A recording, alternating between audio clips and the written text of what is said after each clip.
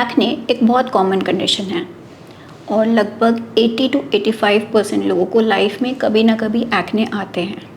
Acne एक chronic condition भी है, इसीलिए बहुत लोगों को एक्ने स्कार्स छोड़ के चले जाते हैं। तो आज हम इस वीडियो में स्कार्स के बारे में बात करने वाले हैं जो एक्ने के बाद रह जाते हैं।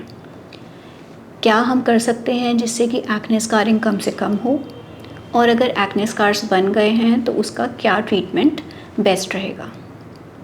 मेरा नाम है डॉक्टर रुचि अग्रवाल और मैं एक कंसल्टेंट डर्मेटोलॉजिस्ट हूँ। मेरा डर्मेटोलॉजी में लगभग 20 सालों से ज़्यादा का एक्सपीरियंस है और मैं Satya aesthetics and hair solutions में प्रैक्टिस करती हूँ।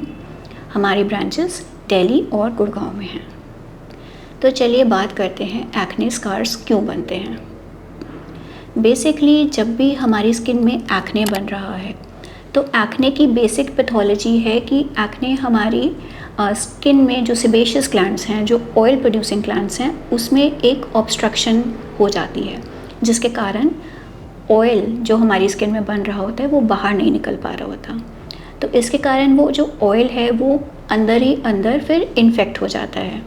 तो अब जब ये बैक्टीरिया ऑयल को इन्फेक्ट कर रहे हैं तो हमारी स्किन का इम्यून सिस्टम एक्टिवेट हो जाता है उन बैक्टीरिया से फाइट करने के लिए।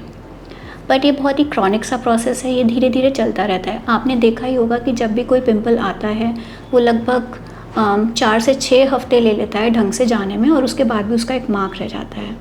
तो क्योंकि ये क्रॉनिक प्रोसेस अंदर ही अंदर चला जा रहा है जिसमें एक फ़ाइट चल रही है between the bacteria which is like there in the oil and our immune cells, तो उसके कारण उस इन्फ्लेमेशन में बैक्टीरिया के साथ साथ हमारी स्किन में भी डैमेज हो रहा होता है।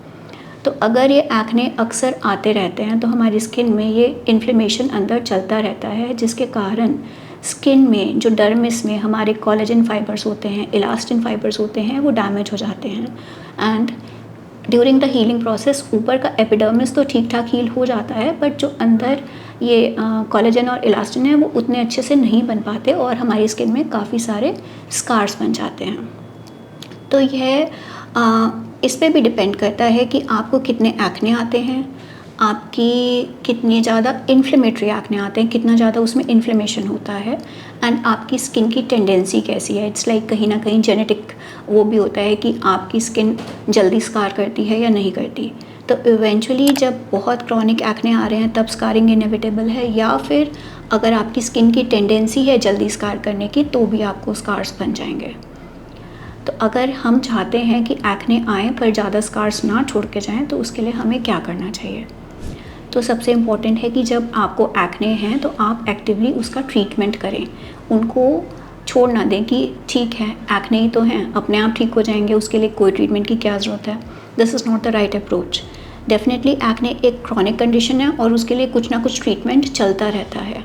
तो जैसे बहुत सारी और हार्मोनल कंडीशंस होती हैं, थायराइड होता है, डायबिटीज़ होता है, इतने सारे हार्मोन रिलेटेड इश्यूज़ होते हैं, तो उनका ट्रीटमेंट चलता है जब तक आपको प्रॉब्लम है। तो इसी तरह एक्ने भी अगर आपको हैं तो आपको उसका ट्रीटमेंट लेना चाहिए, rather than just trying some at home remedies और just following some Instagram channel and trying different things.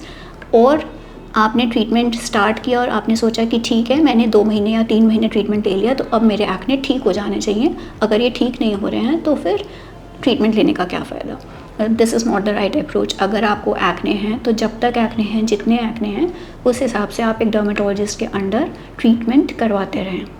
उसके अलावा आपको और ध्यान रखना है कि जब भी कोई भी एक्ने आए तो आप उसको ऐसे पिंच ना करें, पिक ना करें, क्योंकि इस दौरान जब आप ये छेड़ाखानी कर रहे हैं तो आपका जो इन्फ्लेमेशन है वो और डीप और ज़्यादा अग्रेसिव हो जाता है। तो इसीलिए एक्ने आपको छेड़ने नहीं होते हैं। एंड अब हम बात करते हैं एक्ने स्कार्स किस किस तरह के होते हैं। तो acne scars basically mainly 2 types के हैं, एट्रोफिक एक्ने स्कार्स और हाइपरट्रोफिक एक्ने स्कार्स। उसके अलावा एक्ने अपने बाद कुछ रेडनेस भी छोड़ के जा सकते हैं जिसको पोस्ट इन्फ्लेमेटरी एरिथेमा कहते हैं, और डार्क स्पॉट्स भी छोड़ के जा सकते हैं जिसको पोस्ट इन्फ्लेमेटरी हाइपर पिगमेंटेशन कहते हैं।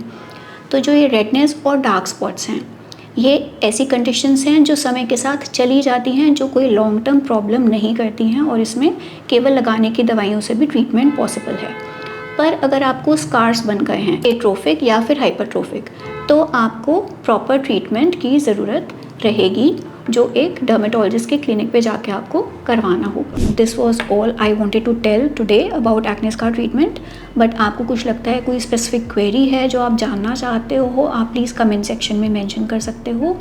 एंड अगर आपको ये वीडियो अच्छा लगा तो हमारे इस चैनल को सब्सक्राइब करिए।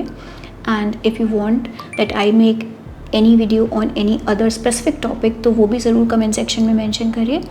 And thank you for watching, and till we meet next time, keep saying to yourself that I love myself, because that is really important.